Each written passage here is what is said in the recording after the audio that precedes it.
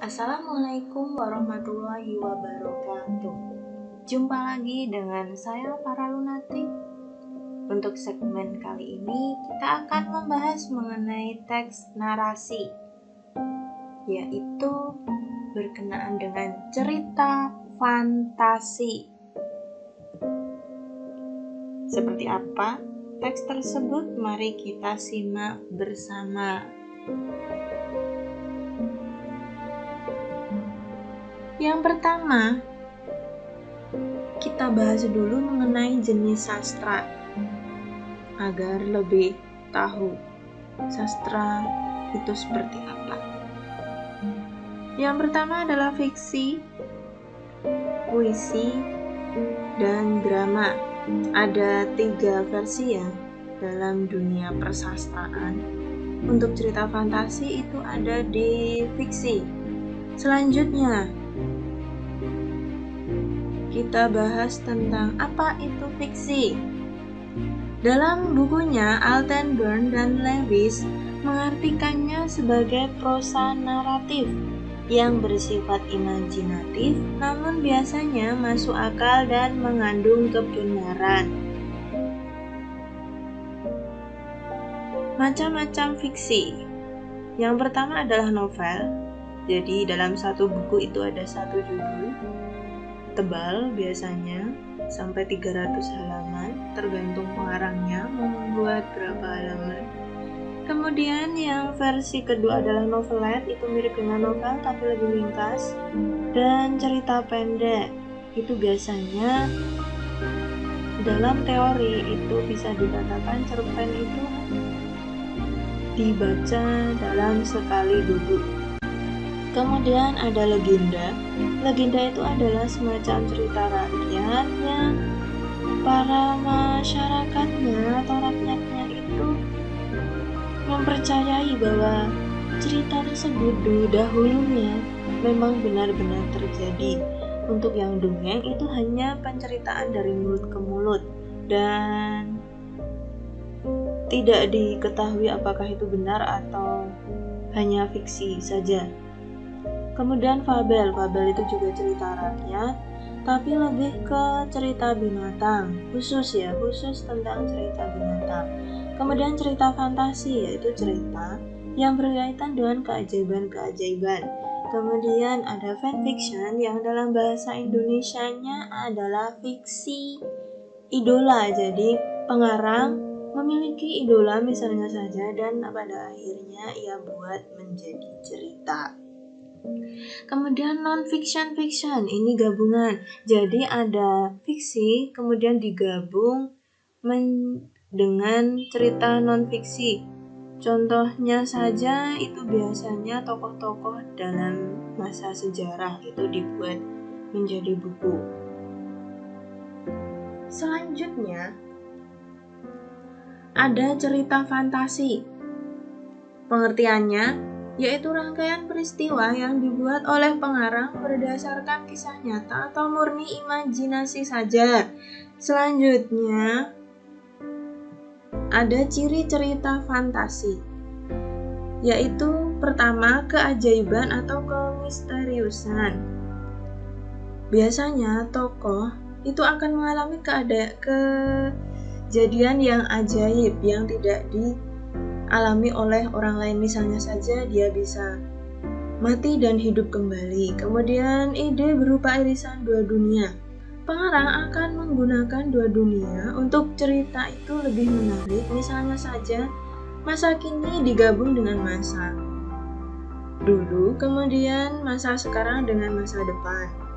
Selanjutnya cirinya adalah menggunakan berbagai latar. Jadi agar lebih kompleks itu ada macam-macam latar tempatnya di mana-mana. Misalnya ada di bawah sini, kemudian di dunia mana. Selanjutnya tokohnya unik dan ia memiliki kekuatan supranatural biasanya atau sihir. Kemudian bersifat fiksi, jelas ya, cerita itu semuanya bersifat fiksi. Kemudian bahasa yang digunakan itu variatif dan ekspresif. Pengarang tidak akan pernah menggunakan kata Anda dan saya, tapi yang akan digunakan adalah kata aku dan kamu. Dan lebih ekspresif itu di sini lebih berbelit-belit kata-katanya, lebih diperpanjang.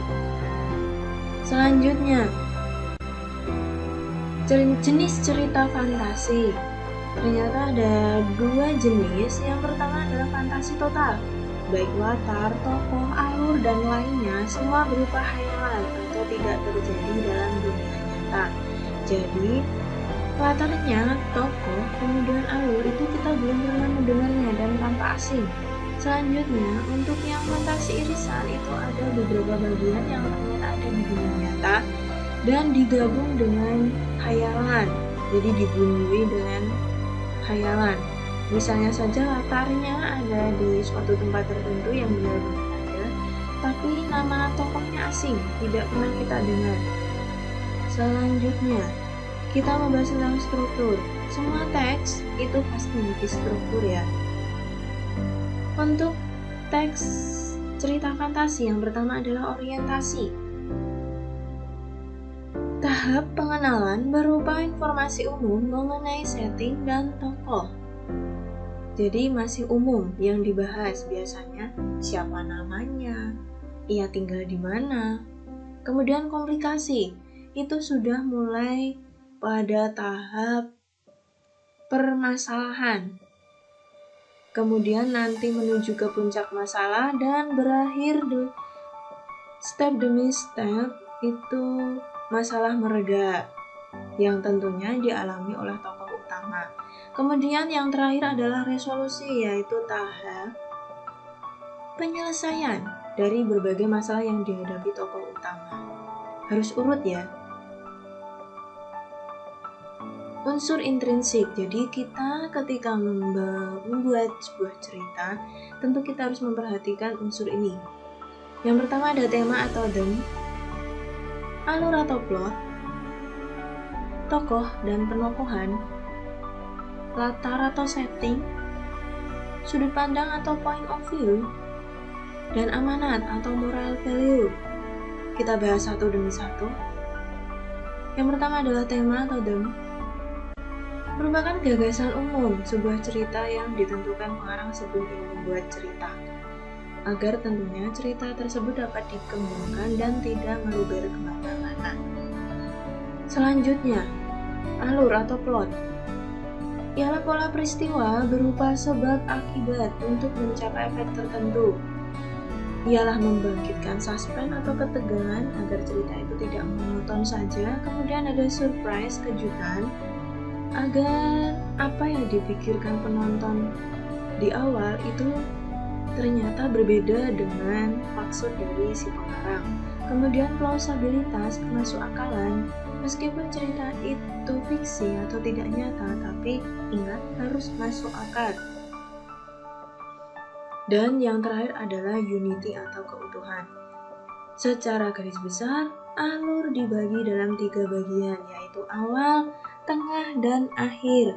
Bagian awal berisi penjelasan umum, kemudian ada klimaks atau puncak konflik di bagian tengah, dan terakhir itu ada denouement.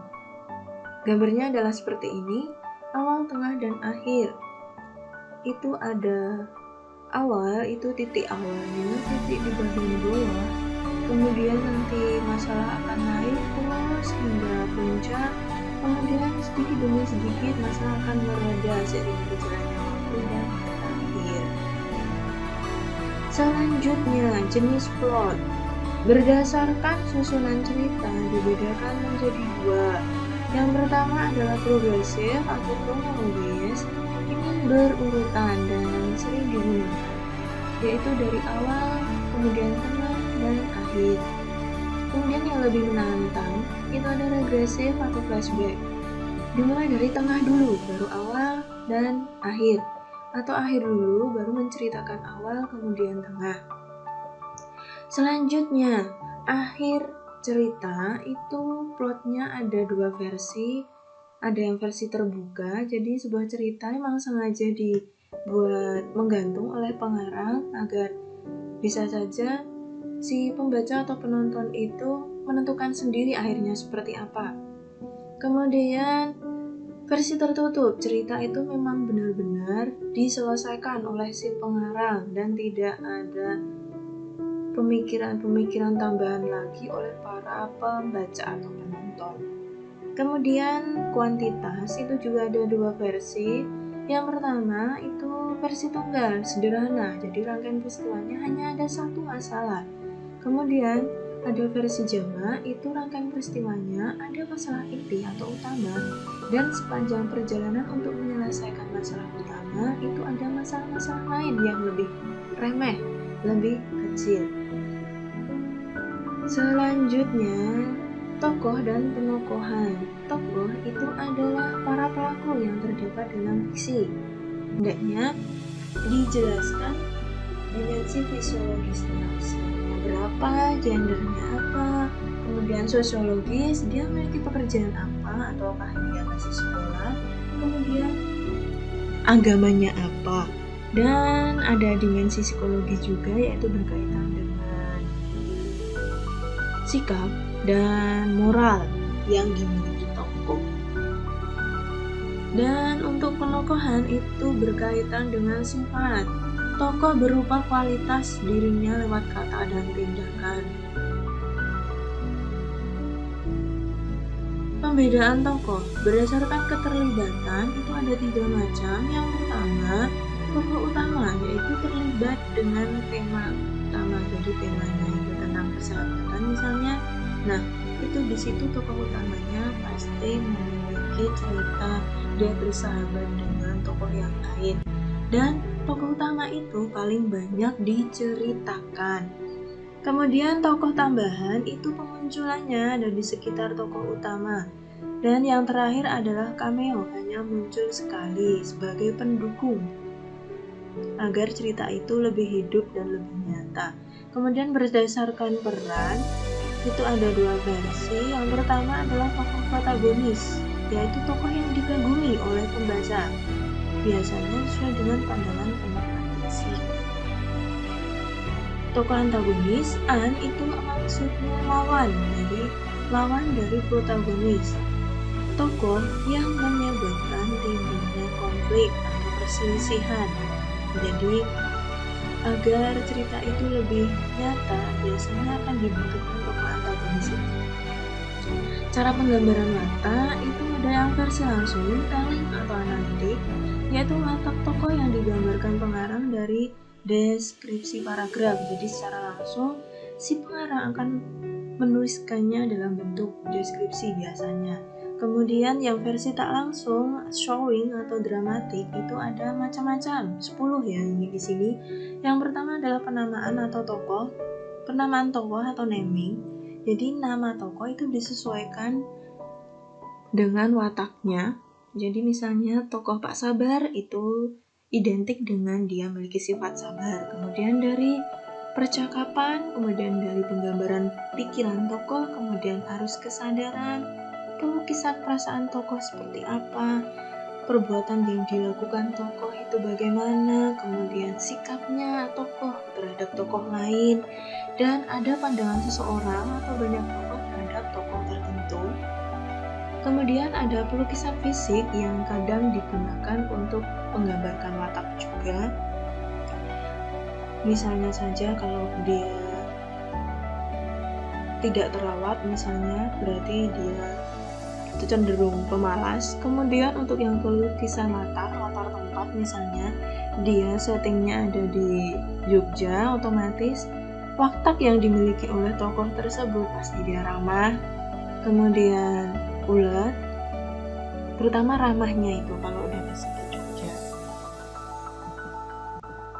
Latar atau setting merupakan landas tumpu cerita. Kita akan membutuhkan latar tempat di manakah cerita itu sedang terjadi, kemudian waktu kapankah itu terjadi, dan suasananya seperti apa, apakah senang, sedih, atau sedang dalam tahap menegangkan.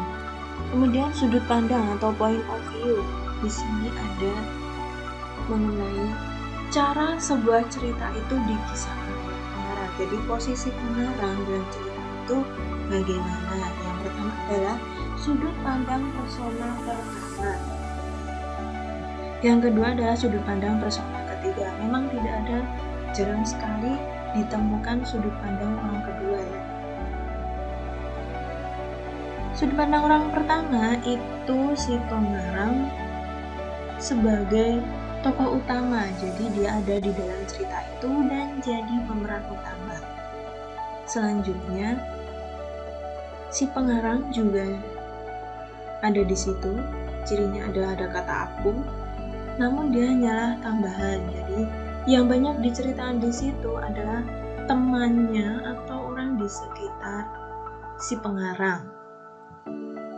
Teman sekolahnya mungkin, yang menonjol misalnya temannya yang paling pintar yang diceritakan, tapi dia tetap menggunakan kata aku. Kemudian sudut pandang persona ketiga itu ada dua juga, yaitu dia maha tahu dan dia terbatas. Bedanya seperti ini. Untuk yang persona ketiga, pengarang tidak ada di dalam cerita itu. Dia hanya yang pertama adalah maha tahu. Jadi cirinya di dalam cerita itu menggunakan kata dia, tapi pengarang mengetahui dan menuliskan apa-apa yang dirasakan dia, baik yang di luarnya maupun yang ada di dalam hatinya. Sementara untuk yang terbatas itu pengarang hanya mengamati si dia itu dari segi luarnya saja. Kalau dalam hatinya pengarang tidak menuliskan. Yang terakhir adalah amanat atau moral value. Itu adalah sesuatu yang ingin disampaikan pengarang kepada pembaca berupa makna. Jadi di situ ada pesan moralnya agar yang baik-baik bisa ditiru dan yang buruk-buruk bisa dihindari oleh para pembaca. Demikian untuk pembahasan segmen tentang cerita fantasi. Apabila ada kesalahan saya mohon